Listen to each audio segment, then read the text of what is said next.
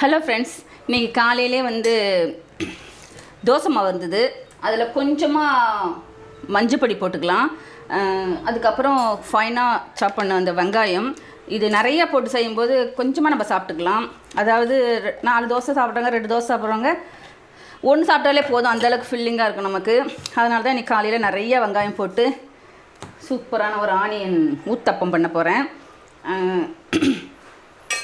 அதுக்கு காரம் இல்லாமல் நிறைய மல்லித்தழை போட்டு சூப்பரான ஒரு சட்னி. அதுதான் இன்றைக்கி காலையில் சாப்பாடு எங்களுக்கு.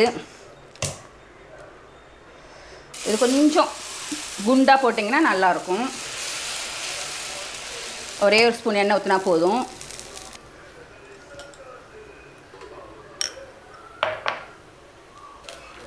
நம்மளுடைய சூப்பரான சட்னி என்னம்மா இது? ஊத்தப்பம் தோசை.